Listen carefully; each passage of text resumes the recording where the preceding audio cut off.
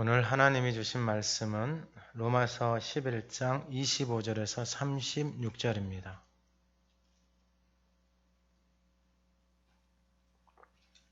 신약성경 256쪽 로마서 11장 25절에서 36절의 말씀을 봉독할 때 하나님의 음성을 듣는 시간 되시기 바랍니다.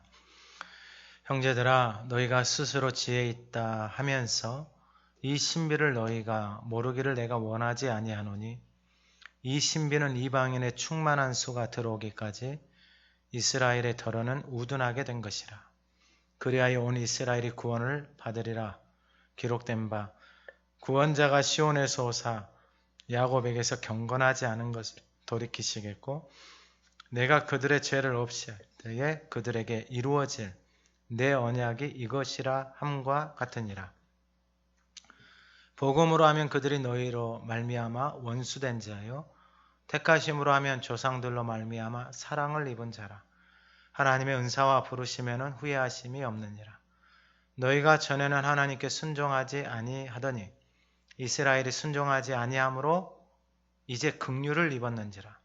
이와 같이 이 사람들이 순종하지 아니하니 이는 너희에게 베푸시는 긍휼로 이제 그들도 긍휼을 얻게 하려 하심이라. 하나님이 모든 사람을 순종하지 아니하는 가운데 가두어 두심은 모든 사람에게 긍휼을 베풀려 하심이로다. 깊도다 하나님의 지혜와 지식의 풍성함이요 그의 판단은 헤아리지 못할 것이며 그의 길은 찾지 못할 것이로다. 누가 주의 마음을 알았느냐? 누가 그의 모사가 되었느냐? 누가 주께 먼저 드려서 갚으심을 받겠느냐? 이는 만물이 주에게서 나오고 주로 말미암고 주에게로 돌아감이라. 그에게 영광이 세세에 있을지어다. 아멘. 우리 2021년 표어를 한번 외쳐보겠습니다. 함께. 항상 선을 따라라.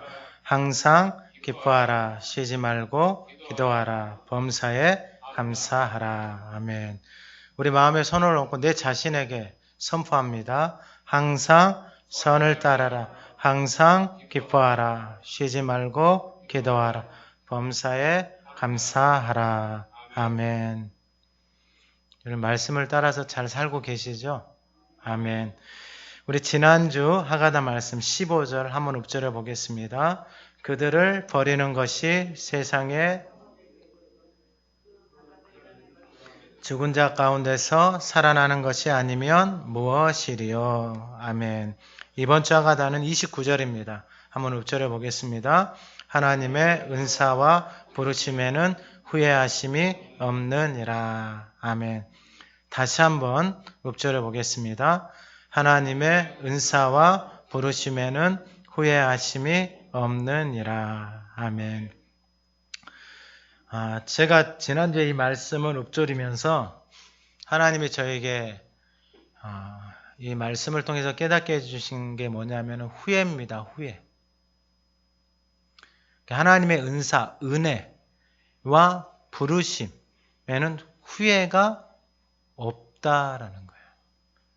이 말씀을 반대로 생각을 해보니까 인생이 자기의 생각대로 살아가는데 아이고 내가 왜 했을까? 아이고 내가 그때 왜 그래? 아이고 내가 그랬을까? 보니까 하루에도 아이고 내가 왜 이걸 먹었을까? 왜 내가 거기를 갔을까? 왜 내가 이걸 했을까? 이 후회라는 단어가 인생에서 떠나질 않는 거예요. 그런데 오늘 이 말씀 이번 주 하가다 다시 한번 그냥 믿음으로 선포하세요. 다시 한번 읊조려 봅니다. 시작. 하나님의 은사와 부르심에는 후회하심이 없느니라. 아멘. 그러면서 이 말씀을 곰곰이 씹으면서 한번 생각을 해봤어요. 그러면서 오늘 본문의 제목이 뭐냐면은 하나님의 부르심입니다. 부르심. 근데 우리 인생을 보니까 우리의 인생이 다 누군가의 부르심을 따라서 살아가고 있어요.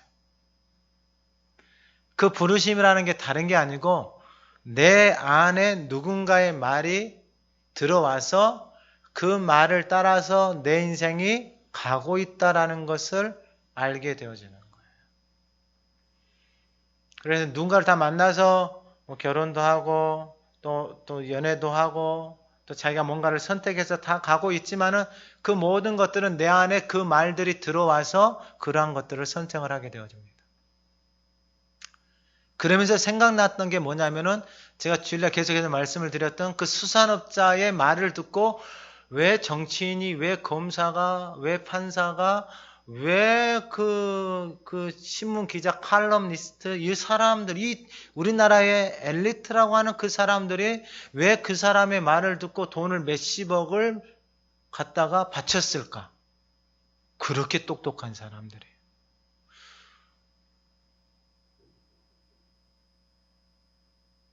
그러면서 나는 안 갖다 줬으니까 그게 아니에요. 내가 그 사람을 안 들었으니까 나는 괜찮다. 그게 아니다 이 말이에요. 나는 누구의 말도 듣지 않고 살아가. 여러분 그게 자랑이 아니에요. 그게 얼마나 위험한지를 알아야 돼요. 그게 얼마나 우리의 인생을, 우리의 삶을 황폐하게 만들어 가는지를 알아야 한다라는 거예요. 오늘 예배하는 저와 여러분들 안에 내 안에 무엇이, 누구의 말이 나의 인생을 끌어가고 있는지. 제가 우스갯소리를 한번 말씀을 드렸잖아요. 친구들이 야 너는 어렸을 때 얼굴 까맣다라고 놀리니까 그 말이 그에게는 뭐처럼 들리는 거예요? 진리예요, 진리. 그 사람의 배우자는 누구를 찾았겠어요? 하얀 사람. 여러분 이게 말이 돼요? 여러분 얼굴 하얀 사람을 찾아서 인생을 산다라는 게 말이 되냐고요. 또 말이 안 될 것도 없죠.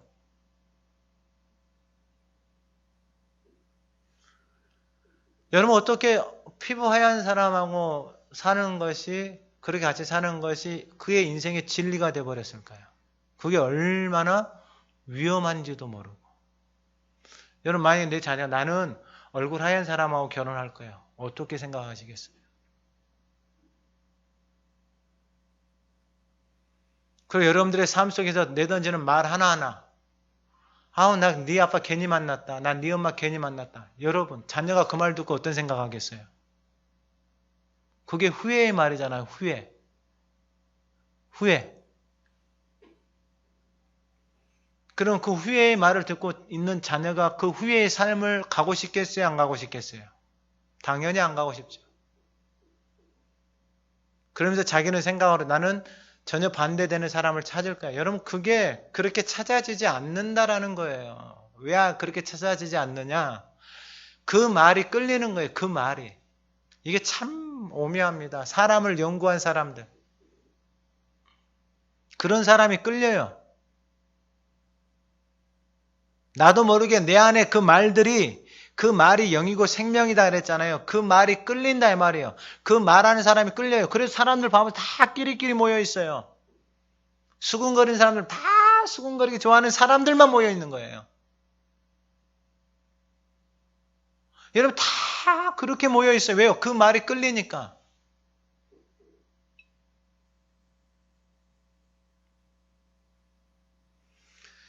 오늘 본문에 하나님이 부르심인데 나는, 예배하는 저와 여러분은 정말 하나님의 말씀이 나의 삶을 끌어가고 있는가?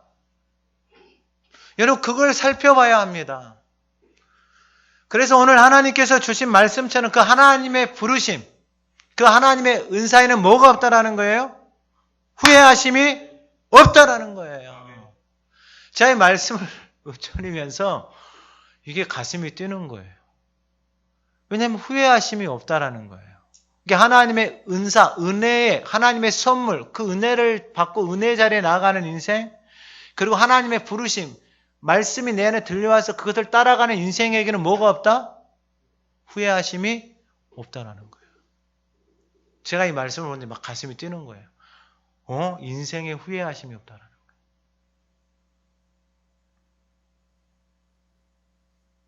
거예요. 가슴이 안 뛰세요? 우리의 삶에, 저와 여러분들의 인생에 후회하심이 없다. 목사님 그런 말 하지 마세요. 지금 후회하심이 넘쳐납니다. 여러분 그건 다 언제 거예요? 후회한다는 건 다 언제 걸 가지고 후회하는 거예요? 다 과거예요.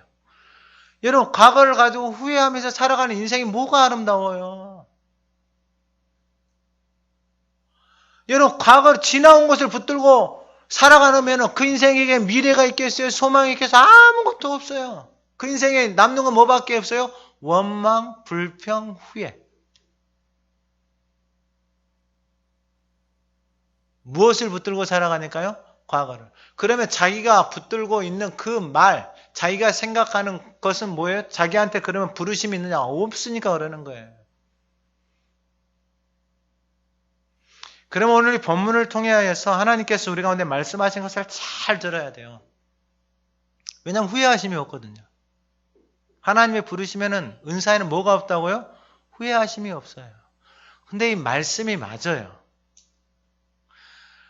하나님 계속해서 깨닫게 해주는 게 뭐냐면은, 여러분 왜 그렇게 똑똑한 사람이 왜 그렇게 사기꾼 말을 듣고 살아가요?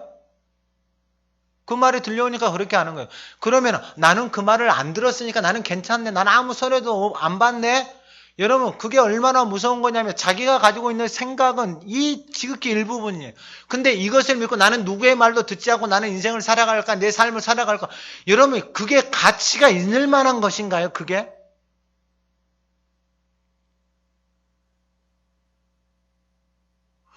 여러분 한번 생각을 해보세요. 그게 가치가 있을 만한 것이냐고요. 나는 내가 지금까지 배우고 경험한 것을 가지고 나는 내 인생을 살아가고 자식들에게 그렇게 말하고, 그러면 그 말이 질리면 자식들은 자기가 섬기고 자기가 가르쳐야죠. 학원을 왜 보내요 그러면? 선생을 왜 만나게 해요?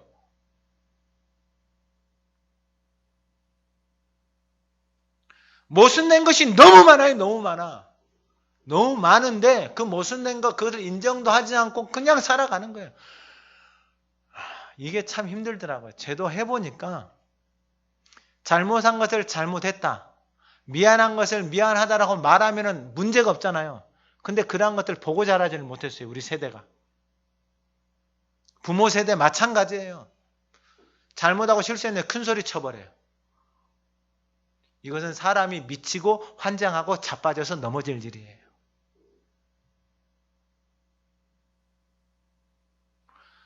잘못한 것을 잘못했다 인정하면 문제가 있어요? 없어요? 아무 문제가 없어요.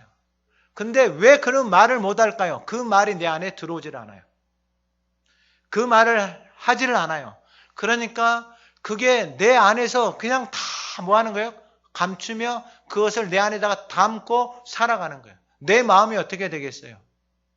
그리고 내 안에서 그걸 담아놓고 입에서 나오는 말들이 어떻게 되겠냐고요. 다 망가지는 말들이에요. 그러면 사도 바울은 좀 괜찮은 척하면서 살았던 인생이잖아요. 왜냐? 배운 것도 많고 로마 시민권도 가지고 있고 똑똑하고 사람들이 부러워할 만한 그런 포지션에 있단 말이에요. 오늘날로 말하면 돈 좀 있고 뭐 좀 있고 해서 좀 괜찮고 뭐 좋은 집에 살고 차도 가지고 다닌다라고 하는 인생이다 이 말이에요. 근데 그 속은 어떻게 비어져 있어요? 공고함으로 텅 비어져 있는 거예요. 그래서 로마서 7장에서 오호라 나는 공고한 인생이로다. 이 사망의 몸뚱아리에서 누가 나를 끄집어내줄까? 끄집어내줄 것이 뭐가 있어요? 없어요. 단언컨대 없어요. 돈요? 자녀들요? 단언컨대 없어요.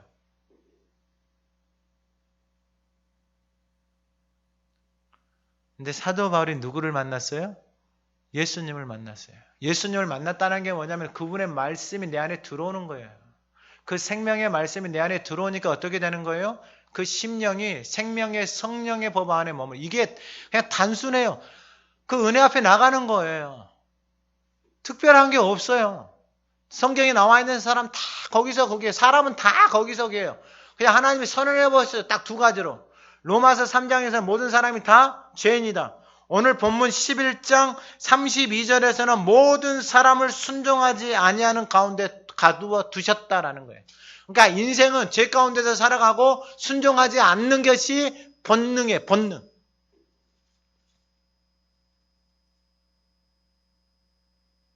이게 창세기에서부터 시작된 거예요. 창세기에서 시작된 그 인생, 누구 말 듣고 인생이 시작되어졌어요? 사탄. 뭐라 그랬어요? 선악과 따먹으면 너가 하나님 된다. 그래서 따먹었어요. 그래서 인생이 자기가 뭐가 된 거예요? 하나님 된 거예요. 그러면 그 인생의 주인이 바뀌어야 돼요. 자기가 가지고 있는 생각, 정말 지식이나 경험이 이것밖에 안 되는데 정말로 고집스러워요. 정말 지독스럽게 고집스러워요. 애기들은요, 태어난 애기들은요, 얘들은 뭐 배운 것도 없어. 그런데 얼마나 지독스럽게 고집스러운지 말로 형언할 수가 없어요. 누가 그렇게 가르쳐줬어요? 하나님이 선언을 해버렸어요. 인생에. 모든 사람이 죄 가운데 태어나고 모든 사람이 순종하지 않는 불순종의 삶을 살아가는 것. 그게 누구 말 듣고 살아가는 거예요? 사탄이 말이에요. 선악과 먹으면 네가 하나님 된다. 그래서 인생은 이 싸움에서 헤어나오지를 못해요. 뭐 사랑해서 만났다, 좋아서 만났다. 여러분 봐보세요. 살아가는 건 다 자기가 하나님 돼가지고 살아가는 인생이에요. 그게 뭐예요? 자기 말대로, 자기 생각대로만 살아가려고 하는 인생이에요. 근데 여러분 여기에서 벗어난다라는 게 고통입니다. 고통. 자기의 생각, 경험 그것으로 자신의 인생을 꽉 채워서 살아간다는 게 이게 얼마나 고통인지를 모르는 거예요. 근데 부모들은 그 고통을 경험을 해봤거든요. 그래서 후회를 하는 거예요. 그래서 만나지 말라라는 거예요. 네 아빠 같은 사람 만나지 마라. 엄마 같은 사람 만나지 마라. 자녀들 중에 나는 엄마 같은 사람이 될 거야. 나는 아빠 같은. 여러분 이러한 부모들은 정말 훌륭한 부모예요. 자녀로부터 그러한 말을 듣는다는 것은 정말로 훌륭한 부모예요. 자, 그러면 오늘 본문을 통해서 하나님 우리에게 말씀하신 것들 정말로 중요합니다. 그게 뭐냐면은 하나님의 부르심이 바로 25절에 신비라는 거예요. 신비. 그러니까 저와 여러분이 하나님의 부르심을 받았는데 우리가 이 신비를 모르고 내 생각대로, 내 지식대로, 내 경험대로, 방법대로 살아가면은 사도 바울 꼴 나는 거예요. 공고한 인생, 사망의 몸, 교회는 다니고 있는데 공고한 인생, 사망의 몸, 그 풍성함을 누리지 못하고 그냥 몇십 년을 신앙생활을 하는다가 착각하는 속에서 끝나버리는 거예요. 그러니까 이게 얼마나 억울해요. 그러니까 주님이 와가지고 야 너희들 그렇게 신앙생활을 하지 마라 그러니까 그냥 주님을 죽여버리는 거예요. 왜요? 듣기 싫은 거예요. 그 신비가 뭐냐면은 25절에 형제들아 너희가 스스로 지혜 있다 하면서 스스로 지혜 있다 하면서 그게 바로 사도 바울 꼴이에요. 지 잘났다 이 말이에요. 그냥 누구 말도 안 들어요. 그래서 자기 의로 살아가면서 자랑하고 교만하고 그렇게 살아갔어요. 그 꼴이 뭐예요? 오호라 나는 공고한 인생이다. 이게 교회를 여러분 이 하나님의 말씀을 듣고 이 하나님의 말씀이 들려와서 하나님이 우리에게 주시는 이 풍성한 은혜를 누리면서 살아가는 거 이게 하나님의 플랜이에요. 하나님의 계획이에요. 그러니까 그 은혜의 풍성함을 누리면서 살아가는 그 인생의 아름다움을 그 형상을 우리를 통해서 하나님이 드러내고 싶으신 게 하나님의 플랜이다 이 말이에요. 그러니까 이스라엘이 왜 꺾여져 버렸는가? 그들을 통해서 하나님의 영광을 드러내야 되는데 이들이 결국은 하나님의 영광을 드러내는 것이 자기 자랑한 거예요. 그래서 이사야 선지자에 가면은요 와가지고 하나님 앞에 제물도 엄청나게 드려요. 근데 하나님이 싫다 그래. 야, 나 그거 싫다. 나는 그걸 원하는 게 아니라 너를 원한다. 너를. 너가 하나님의 형상을 닮아서 그 은혜의 풍성함을 누리면서 살아가는 너의 그 행복, 너의 그 아름다움을 내가 원하지. 너가 그 은혜 받아서 돈 좀 몇 푼 벌고 뭐 좀 했다고 해서 나한테 갖고 가고 재물 들고 뭐하고 내가 이것을 원하는 게 아니다 이 말이에요. 하나님이. 근데 이스라엘이 은혜를 받았거든요. 근데 받았는데 하나님 앞에 와가지고 짐승 드리고 하나님 여기 하나님 나 됐어요. 나 오늘 예배 잘 드렸어요. 내가 여기 헌금하고 다 했어요. 그러고 나서 밖에 나가서 막 지 맘대로 사는 거예요. 근데 하나님이 두 팔을 벌렸어요. 그들을 보고. 불순종을 하면서 거슬려는 말을 하면서 막 그렇게 살아가는 인생들 두 팔을 벌렸는데 그 팔을 보고 아이고 하나님 치워. 나 지금 괜찮잖아 하나님. 그 필요 없어 하나님. 나 괜찮아. 지금은 시대가 어느 때인데 그 은혜의 자리에 나가서 기도하고 무슨 하가다라고 말씀을 막 바빠 죽겠는데 취미생활도 바빠 죽겠는데 그러는 꼴이에요. 그러니까 은혜가 어디로 갔어요? 하나님을 모르는 이방인에게 가버렸어요.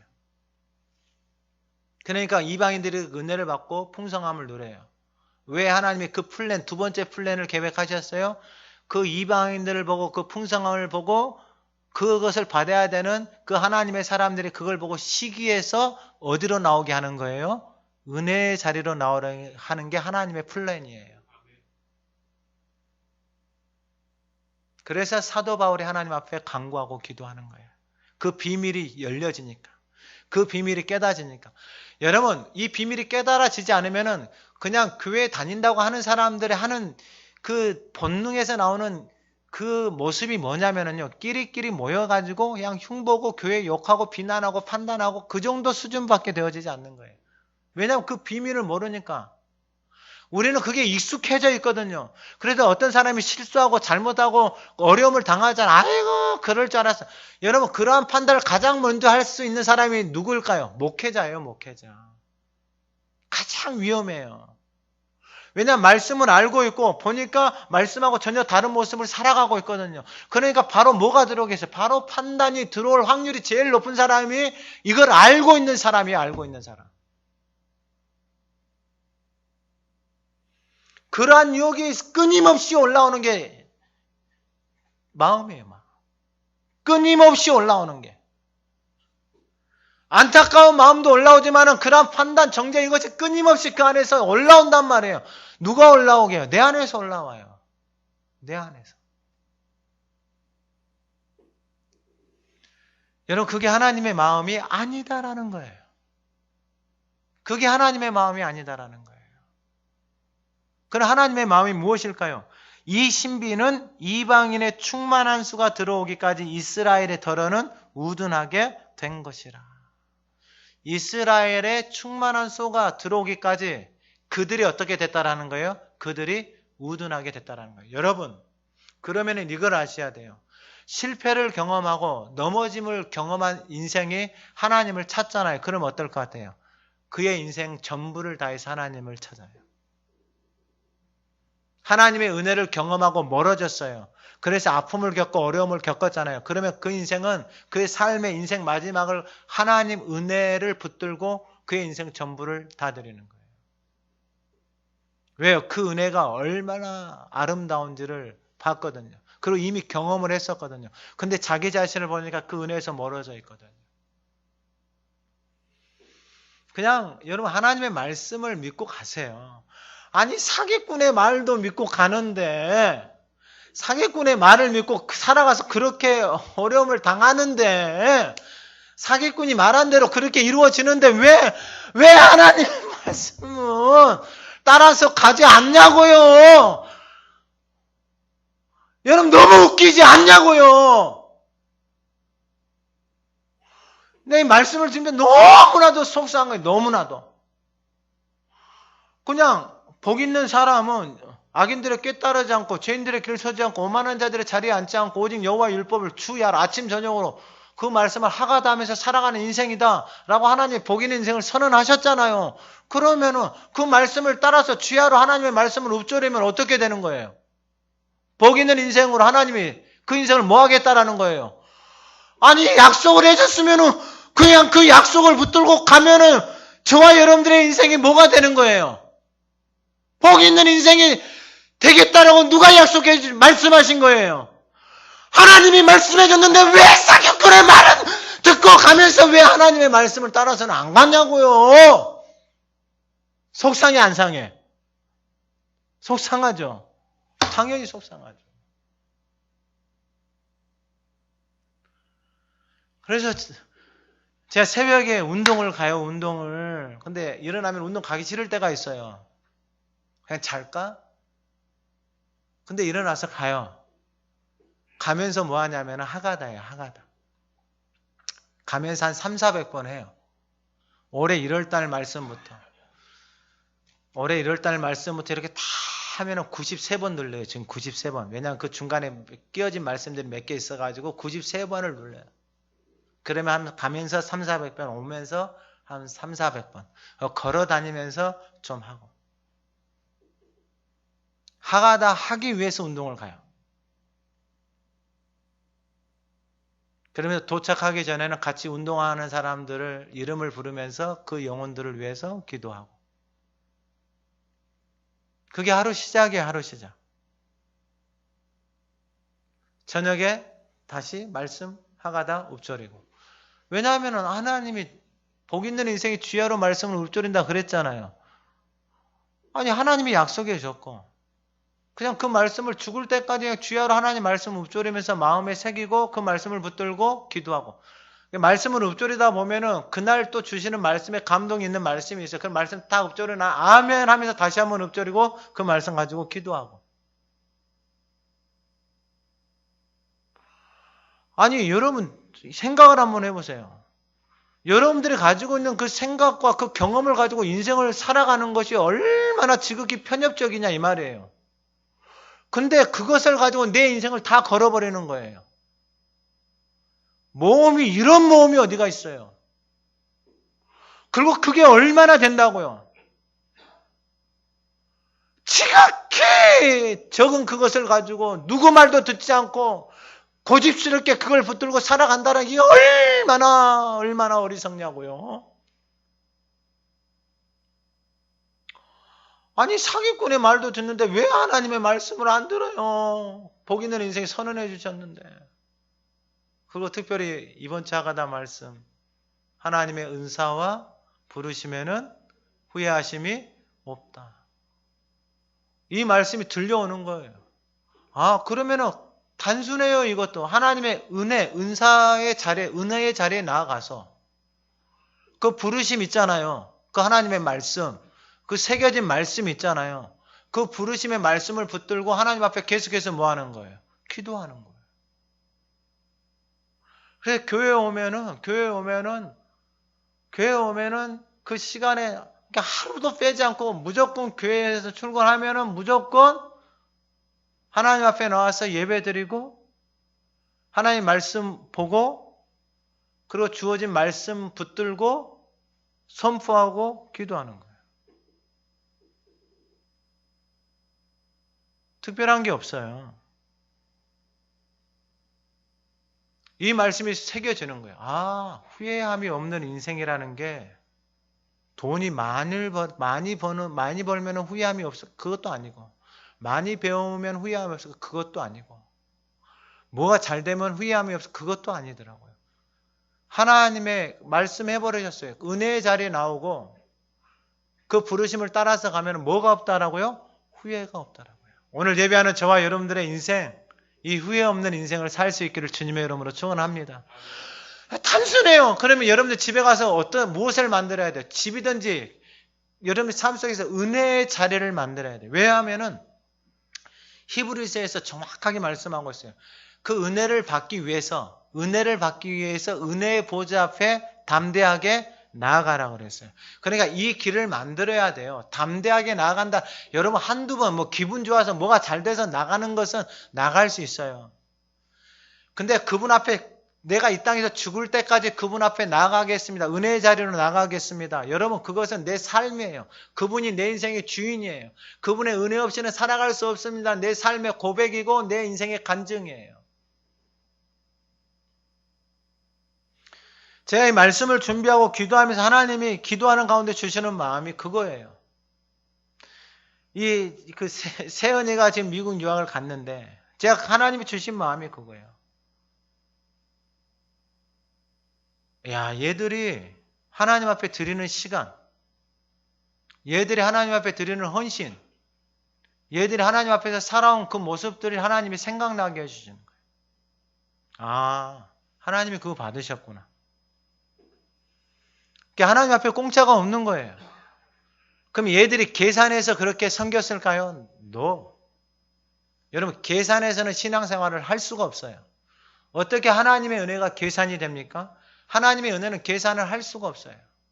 그러면서 곰곰하게 하나님이 주시는 마음이 그거예요. 얘들이 하나님 앞에서 성실하게 자기의 자리에서 섬기고 봉사하고 헌신하면서 살아왔던 그 모습을 하나님이 그대로 받으시고 하나님의 은혜가 그 인생들을 끌어가는 거예요. 그러면서 제가 그랬어요. 얘 갈 때도 야 하가다를 놓치지 마라. 평생 해라. 그럼 매일 카톡방에다가 하가다 올려요. 목자 되신 분들 그 목장 방에다가 하가다 올리세요. 매일 올리세요. 매일. 목자들도 매일 올리세요. 매일. 한 번을 했던 10번을 했던 매일 올리세요. 매일. 여러분 밥은 매일 드시잖아요. 똑같아요. 원리가 똑같다고요. 원리가. 그래서 주님이 말씀하신 거예요. 사람이 떡으로만 사는 것이 아니고 여호와의 입에서 나오는 말씀으로 산다는 것이 맞아요. 사람은 생각으로 살아가요. 사람은 내 안에 새겨져 있는 그 말이 나의 부르심이 되어져서 내 인생을 끌고 간단 말이에요. 그게 누구 말인지도 모르고 그게 좋은지 안 좋은지도 모르고 그냥 살아가는 거예요. 어떤 자녀는 돈, 부모가 돈, 그래서 자녀가 돈을 많이 벌었어요. 여러분 그 인생이 행복하겠냐고요. 다 망가져 있어요. 다 망가져 있어요. 몸도 마음도 다 망가져 있어요.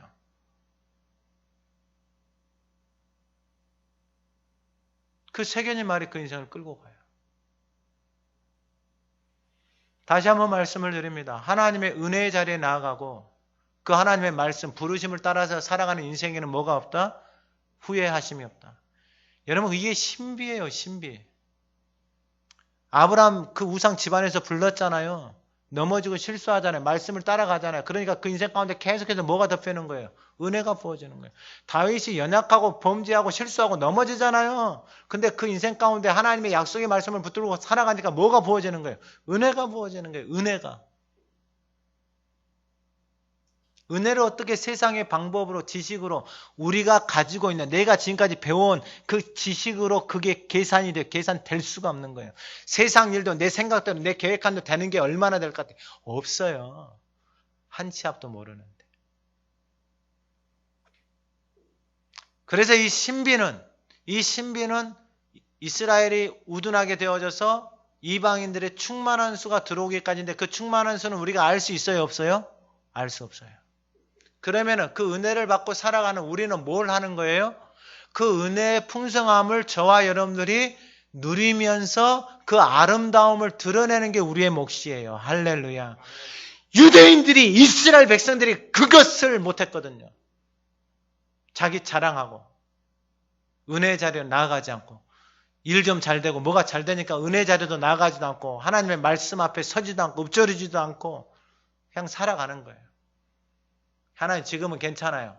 지금 먹을 것도 많고요. 통장에 돈도 많고요. 지금은 애들도 괜찮고요. 건강하고. 하나님 지금 바빠요. 취미생활하게.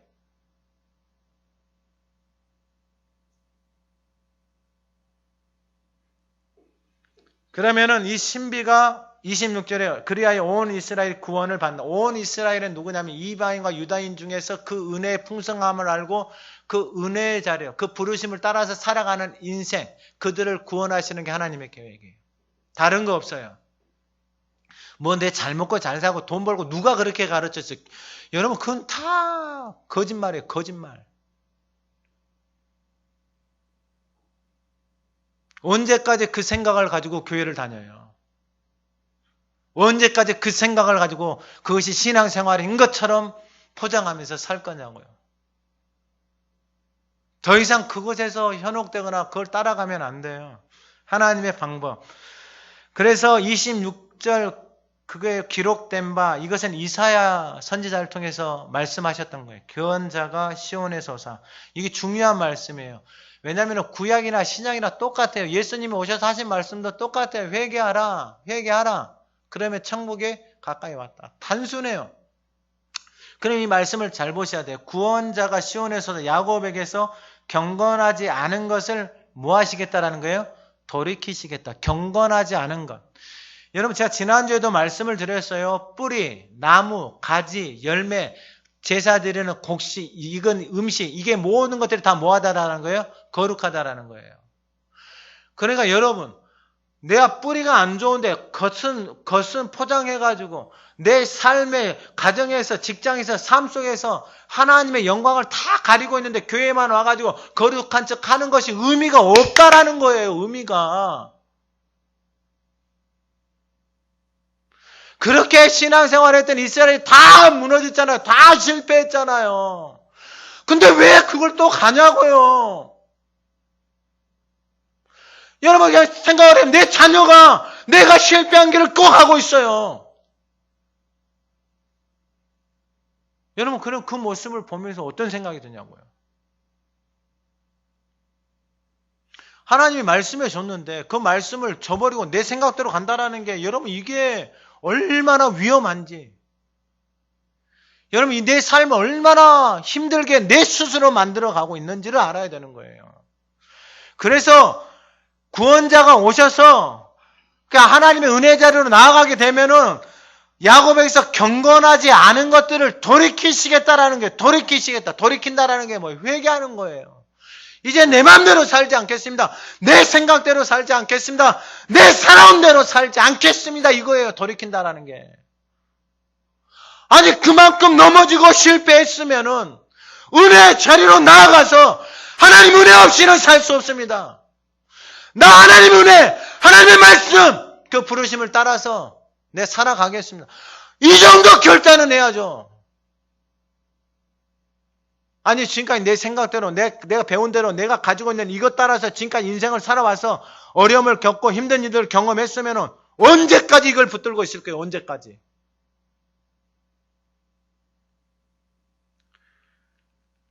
(27절에) 내가 그들의 죄를 없이 할 때에 회개 돌이킨다라는 게 뭐냐면은 은혜 자리로 나가면은 죄를 없이 한다 그랬잖아요. 은혜 자리로 나가니까 하나님의 그 죄를 가리워 주시는 거예요. 예수님이 십자가에서 피 흘리신 이유가 뭐냐? 그 죄 때문에 피 흘렸거든. 왜냐하면 그 죄라는 게 여러분 다른 게 아니에요. 이 말씀을 통해서 보면은 내가 잘못했잖아요. 잘못했으면 은혜 자리에 나가 잘못했습니다. 그러면 그 죄가 용서를 받잖아요. 근데 잘못했는데 큰소리쳐. 그러면 그 죄가 어디에 머물러 있는 거예요? 내 안에 머물러 있는 거예요. 내 안에 머물러 있으면 그게 어떻게 되냐고요. 여러분 우리의 인생을 봐보세요. 10년 전, 20년 엄마가 30년 전에 나한테 그 말 해가지고 내 인생이 이렇게 됐잖아. 그게 죄예요. 그 죄가 30년 전에 그 말 한마디가 우리의 인생을 황폐하게 만들어버려요. 다른 건 들어오지도 않아요. 다른 건 들려오지도 않아요. 오직 내 인생의 실패, 내 인생의 아픔은 그때 그 말한 그 말 때문이다라고 평생을 그렇게 살아가는 거예요. 그러면 인생이 뭐가 나아져요? 여러분 인생이 뭐가 나아져요? 그 30년의 것을 붙들고 살아가면 100년을 살아도 인생이 뭐밖에 안 남아요? 후회밖에 안 남는 거예요. 내가 25년 전에 다방에서 당신만 안 만났어도 그렇게 살아가는 인생이 뭐가 안 남겠어요? 후회 외에는 뭐가 남겠냐고요. 그것을 내 인생에 놓지를 않는 거예요. 누가요? 내가 놓지를 않는 거예요. 내가. 그러니까 그 말이 평생을 그렇게 끌고 가는 거예요. 여러분 그 모습을 보는 자녀들은 어떤 생각하겠어요? 근데 예수님이 오신 이유가 뭐예요? 은혜 자리로 와라 이거예요. 할렐루야. 그러면은 그 은혜 자리에 오면은 그 죄를 어떻게 해주시겠다라는 거 다 가리워주. 여러분 가리워준다라는 게 다른 게 아니고요. 생각나지 않는 거예요. 할렐루야. 그래서 시편에 보면은요, 동이 서에서 먼 것처럼 내가 너의 그 죄를 동이 서에서 먼 것처럼 멀리하게 하고 생각나게 하지 않겠다라는 거예요. 앞에서 보면 시편 32편에 다윗에게 막 허물의 사함을 받고 그 죄가 가리워진 자는 뭐 한다? 복이 있다 이거예요. 그게 사도 바울의 인생이에요. 사람을 죽이고 감옥에 가두고 스데반이 죽을 때 이는 마땅히 죽어야 되는 인생이야다라고 하면서 그의 옷을 담당했던 인생이 사도 바울이에요. 만약에 그가 하나님의 은혜에 머무르지 않고 살아간다면 여러분 그 인생을 죽이고 다른 남을 감옥에 가두고 살았던 그 인생의 그 원한이 그 아픔이 그 영혼을 얼마나 고통스럽게 하겠냐고요. 그러면 은혜의 자리에 나가냐? 아니요. 그 영혼들을 위해서 사도 바울이 뭐 하는 거예요? 기도하는 거예요. 그래서 그 영혼이 자유해지는 거예요. 이게 하나님의 신비예요. 신비. 그래서 이 신비를 깨닫는 사람들은 교회를 다녀도 그 연약함을 보고 여전히 자신의 의로 자랑하면서 살아가는 인생들을 위해서 뭐 하는 거예요? 기도하는 거예요. 여러분 그렇게 살아가면 살아갈수록 공고해질 수밖에 없는 거예요. 빈 껍데기일 수밖에 없는 거예요. 성전을 나서고 집으로 돌아가잖아요. 성전을 나서고 직장으로 가잖아요. 삶으로 가잖아요. 그 영혼의 공고함 때문에 견딜 수가 없는 거예요. 그래서 술을 찾고 마약을 찾고 음란을 찾고 세상을 찾아서 헤매다가 인생이 공고해지고 과정이 그렇게 될 수밖에 없는 거예요. 그러나 이 이사야 오늘 본문 20절 내가 그들의 죄를 없이 할 때에 여러분 이게 중요해요. 죄를 없이 한다는 게 뭐냐면 30년 40년 전에 자기를 붙들고 살아왔던 그 인생의 말들이 없어지는 거예요. 그리고 뭐가 이루어져요? 내 언약이, 그 하나님의 말씀이 그 인생 가운데 이제는 뭐 하는 거예요? 역사하기 시작하는 거예요. 그래서 히브리서 4장 12절에 하나님의 말씀은 살아있고 활력이 있어 좌우의 날선 어떤 검보다도 예리하여 혼과 영감이 관절과 골수를 찔러 쪼개는 그 말씀이 살아서 역사하는 거예요. 디모데후서에서도 3장의 모든 성경이 하나님의 감동으로 된 이게 들려오기 시작, 교훈 책만 바르게 하고 의로 교육하는 것들이 내 안에서 역사하기 시작하는 거예요. 이 말들이. 근데 내 인생을 보니까 지금까지 보니까 거짓된 말들이 내 인생 안에 새겨져서 그것이 내 인생을 끌고 가고 있는 이것이 얼마나 원통스럽냐고요. 얼마나 후회스럽냐고요. 근데 하나님의 신비를 깨닫고 나니까 이게 달라지는 거예요. 그런데 이 이사야서 59장 20절 이하에 이 말씀에 대해 좀 더 구체적으로 말씀해. 여호와의 말씀에 구속자가 시온에 임하며 야곱의 자손 가운데 죄가를 떠나는 자에게 임한다. 죄가를 떠나는 자, 은혜 자리로 나가는 자들에게 임하는 거예요. 하나님의 은혜가. 21절 여호와께서 이르신 내가 그들과 세운 나의 언약이 이라 내 위에 있는 나의 영과 내 입에 둔 나의 말이 이제부터 영원하도록. 그게 하나님을 떠난다는 게 뭐냐면 이제는 그의 하나님의 영, 하나님의 말씀이 그의 입에 머무르기 시작하는 거예요. 여러분 말이라는 게 영이다니까요. 그러니까 그 말이 내 안에 있는 것이 내 입으로 나오는 거예요. 그게 여러분 영이에요. 영. 그것이 내 인생이에요. 내 삶이에요. 그런데 뭐라고 말씀하시냐면 나의 영과 내 입에 둔 나의 말, 이렇게 하나님 앞에 돌아온 사람, 은혜 자리로 나온 사람, 그 사람들에게 이제부터 영원하도록 내 입에서, 그리고 내 후손의 입에서, 내 후손의 입에서 떠나지 않는다라고 하나님이 선언하신 거예요. 여러분 이 말씀을 가슴 깊이 새겨야 돼요. 여러분 잘 생각해 보세요. 여러분들이 지금 그것을 떠나지 않으면 여러분들의 자녀는 다른 말들이 그 영혼을 끌고 또 인생을 끌고 가는 거예요. 그러니까 그 인생에 후회가 남을 수밖에 없는 거예요. 여러분 이단인데 그 사기꾼이 그분이 하시는 말이 얼마나 듣기 좋은 말이에요. 내가 이거 1억 투자하면 10억 줄게. 좋은 말이 안 좋은 말이에요? 좋은 말이죠. 얼마나 행복하게 해주는 말이에요. 1억 주면은 10억 줄게. 그 말이 들려와서 따라가는 거예요. 어떻게 돼요? 다 손해보고 없어져 버리는 거예요. 그러면은 그 말을 듣고 따라간 사람은 그 생각을 하고 따라갔을까요? 10억 받을 생각을 하고 따라갔을까요? 10억 받을 생각을 하고 따라갔어요. 그 말이 그 영혼을 그렇게 만들어 버리는 거예요.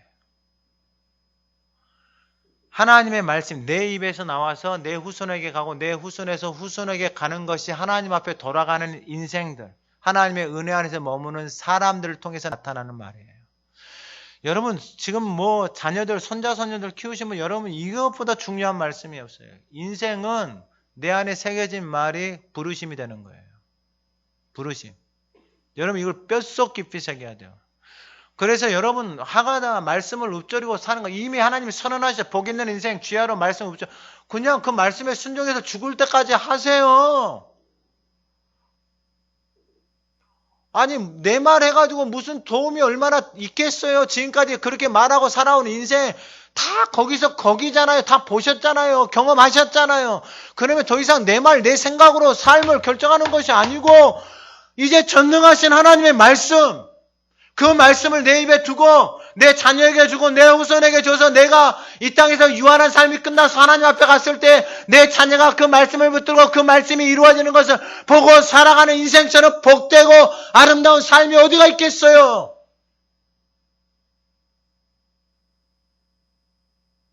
웃는 거죠. 오늘 예배하는 저와 여러분들이 이 신비를 가슴속에 새기고 하나님의 언약의 말씀이 이루어지는 그 놀라운 은혜가 저와 여러분들에게 가득하기를 소망합니다. 여러분 이게 하나님의 신비예요. 신비. 그러니까 세상의 지혜로 이 세상의 경험으로 깨달을 수가 없어요. 교회를 오래 다닌다고 해서 깨달을 수 있는 영역이 아니에요.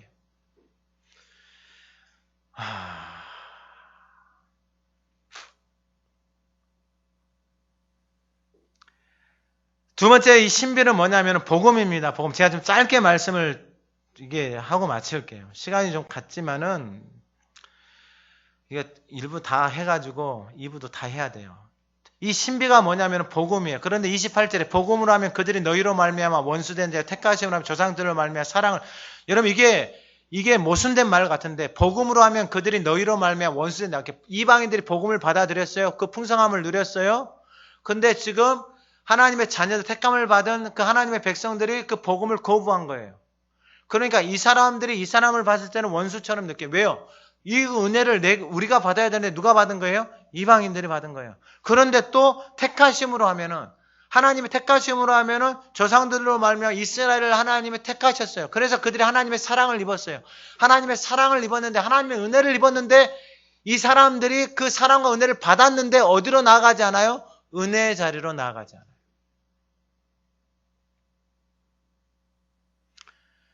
그러면은 여러분 하나님의 은혜를 받은 이 사람들이 은혜의 자리로 나가지 않은 것이 누구 때문에요? 이방인들의 충만한 수가 들어오게 하기 위한 하나님의 플랜이었단 말이에요. 그러면 이 사람들이 뭔가 잘나고 이 사람들이 뭔가 하나님 앞에서 어떤 열심이 있어서 하나님의 은혜와 긍휼이 이 사람들에게 부어진 것이 아니다라는 거예요. 그러니까 이 사람들이 이렇게 행함으로 인해 이 사람들이 받아야 되는 이 은혜 부스러기가 누구한테 온 거예요? 이방인 우리한테 왔단 말이에요. 그러면 그 은혜를 받은 우리가 왜 이 사람들이 이렇게 되어졌는지를 듣고 깨달았을 거 아니에요. 그러면 저렇게 하니까 저 은혜를 잃어버리고 저렇게 실패하고 넘어져서 인생이 공고해지는구나 라는 것을 깨닫게 되어졌어요. 그러면은 이 은혜를 받은 사람은 두 가지를 해야 되는 거예요. 뭐예요? 은혜의 자리를 만드는 거예요. 할렐루야. 잘못했으면 잘못했다. 하나님 도와주시면 도와주세요. 그리고 두 번째 부르심이다 그랬죠. 부르심이 뭐예요? 그분의 말씀을 듣고 따라가는 삶을 살아가는 거예요. 잘해서가 아니에요, 여러분. 잘해서가 아니고 하나님이 주야로 하라 그랬잖아요. 그럼 그 말씀 앞에 순종해서 하세요. 아멘. 아니 그냥 하나님의 말씀 앞에 순종해. 저도 마찬가지예요. 저도 하나님의 말씀 앞에서 순종해서 그냥 주야로 말씀 읊조리고 하는 거예요. 제가 여러분들이 뭘 해주려고 하는 게 아니고 저도 그 말씀에 순종해서 그냥 주야로 하나님의 말씀을 매일 읊조리는 거 매일. 내가 목회자니까 뭐 보여주기 위해서 그렇게 하는 게 아니고 그 하나님의 말씀이 나에게 들려오니까 그 들려온 말씀 앞에 내 자신이 순종해서 내 자신을 드리는 거예요.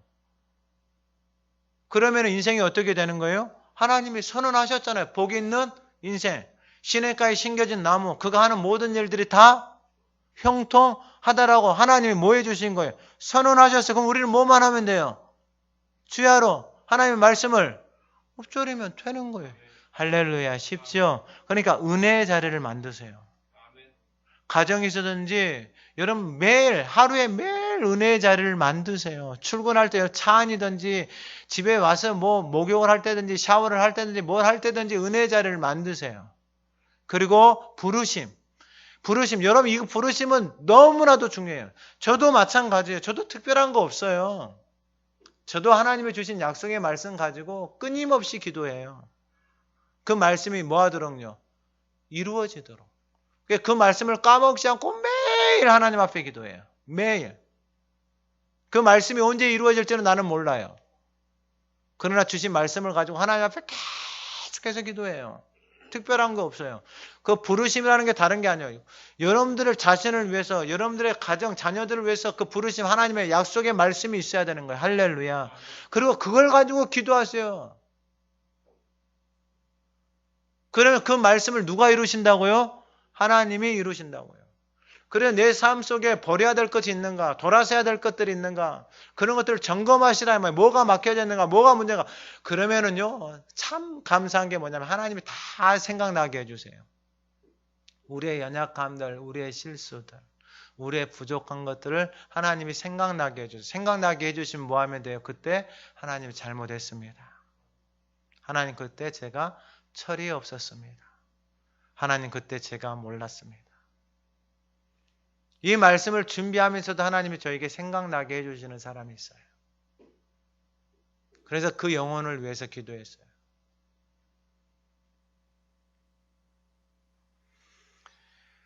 오늘 본문 29절에 하나님의 은사와 부르심에는 뭐가 없다? 후회하셔. 뼛속 깊이 새기세요. 그러니까 하나님의 은혜 자리로 나아가고 하나님의 말씀을 따라가는 인생의 후회. 여러분 이것 그냥 이 말씀만 붙들고 그냥 하나님 앞에 그렇게 말씀을 가지고 기도하고 살아가면은 후회하심이 없잖아.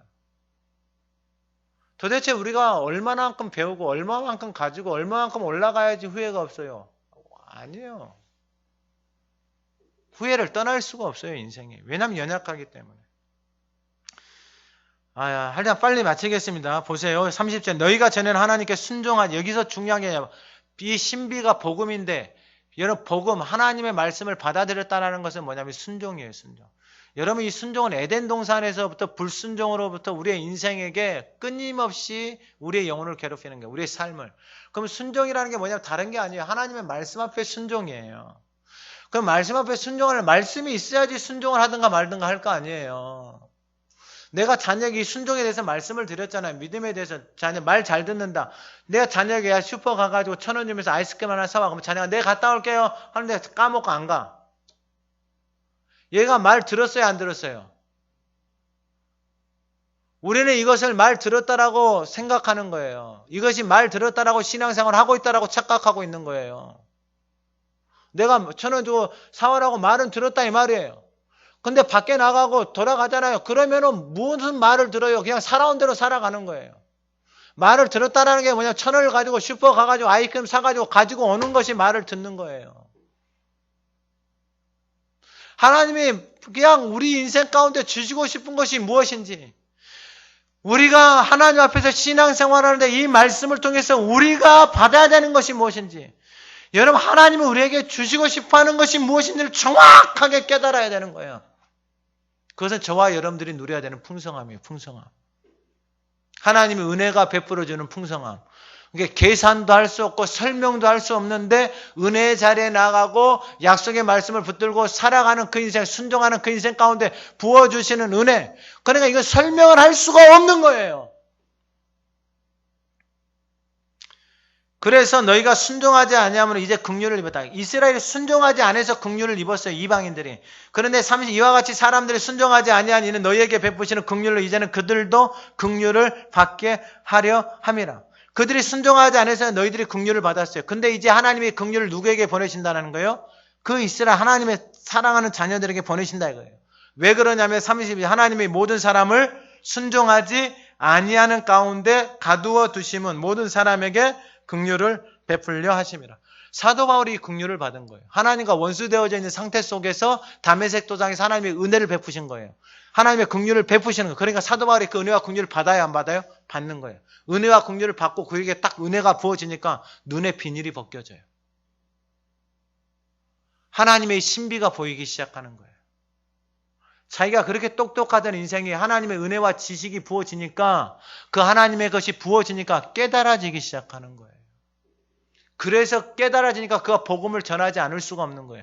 복음이신 예수 그리스도 안에 들어오니까 이 신비가 보이기 시작하는 거예요. 눈에 비닐이 벗겨지기 시작하는 거예요. 삶의 모든 그 지금까지 공고했던 인생, 이 사망의 몸뚱아리에서 누가 나를 건져낼까? 그래서 돈이 있다고 해서 그것을 잊어보려고 마약을 하고 뭐하고 막 보니까 뉴스에 보니까 젊은 사람들이 연예인들이 마약하고 그냥 심장 쏟고 일어나서 죽고 이게 다반사예요. 다반사.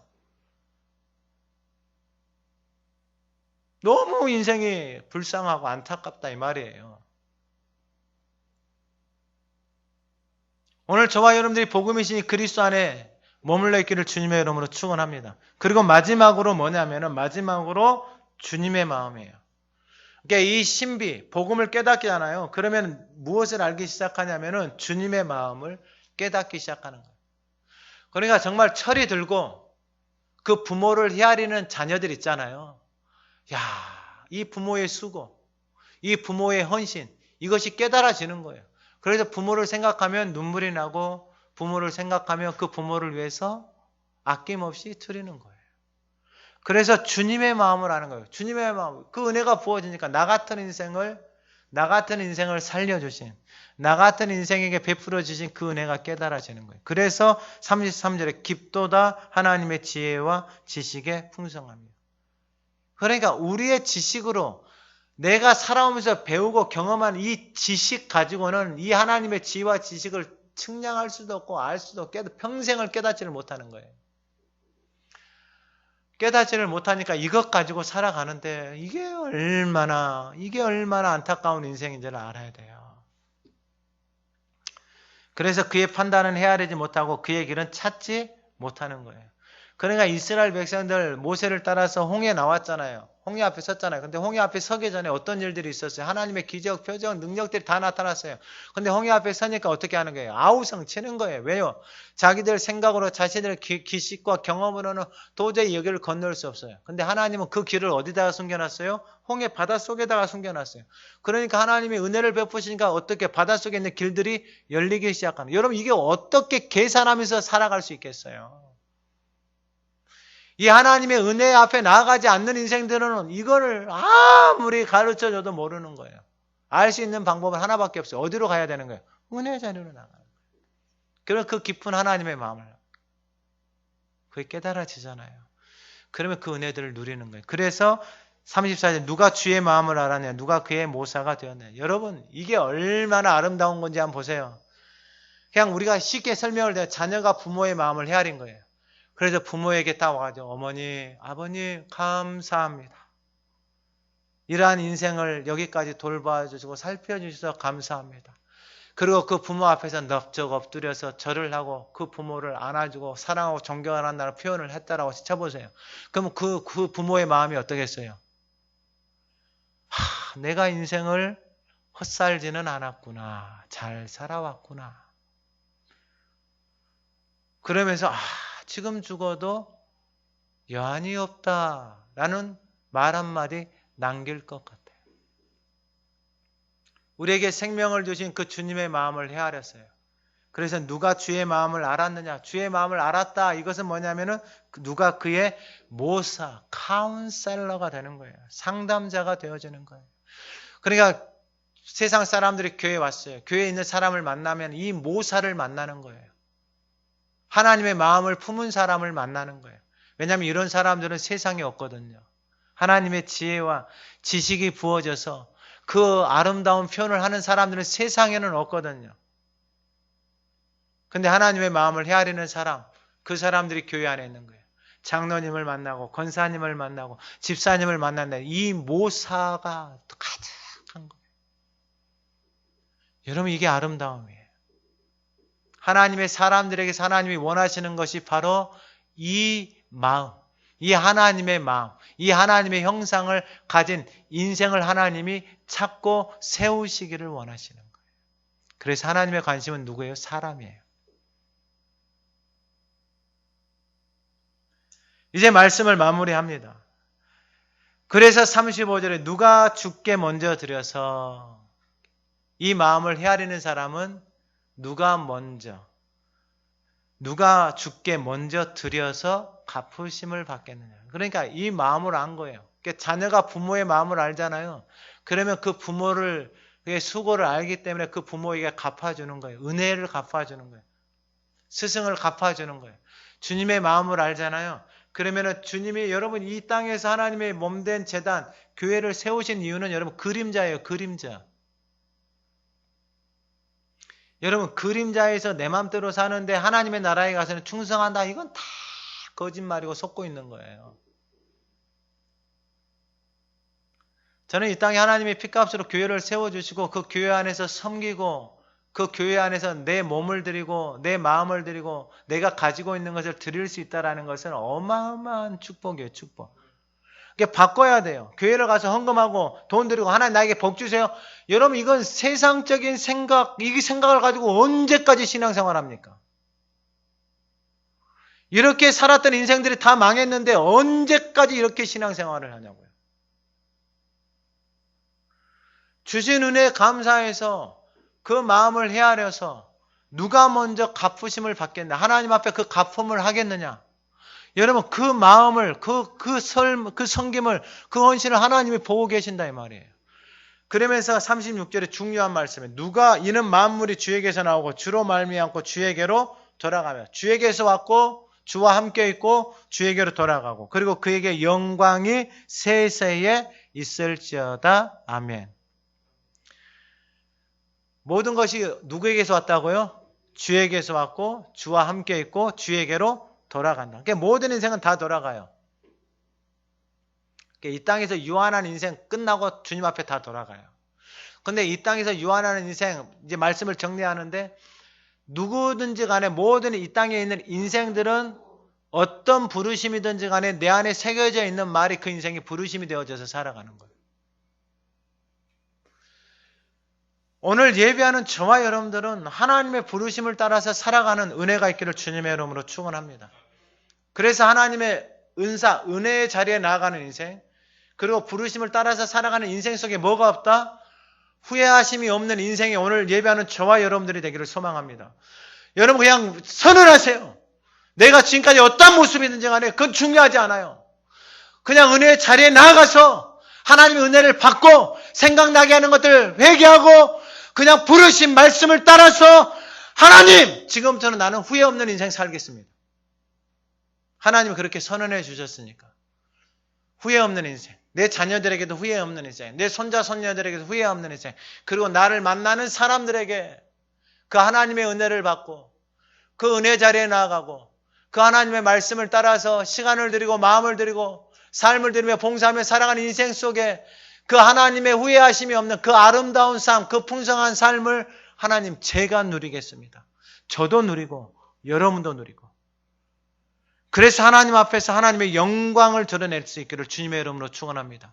그 영광은 영원하기 때문입니다. 아버지 감사합니다. 하나님의 은사와 부르심에는 후회하심이 없습니다. 하나님 오늘 예배하는 우리 모두에게 이 은혜의 풍성함을 부어주시옵소서.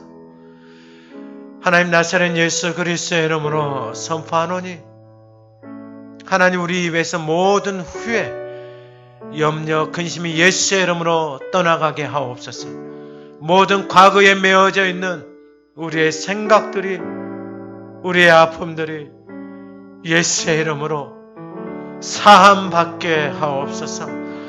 이제는 하나님의 생명의 말씀 그 부르심을 따라 후회 없는 삶으로 모든 성도들이 걸어가게 하옵소서. 그들의 입에서 생명의 말씀이 살아 숨쉬게 하시고 그들의 자녀와 자녀 손손에게서 하나님의 영광이 머무르는 그 풍성함이 머무르는 하나님의 존귀한 삶, 가정, 재단으로 아름답게 세워 가시옵소서.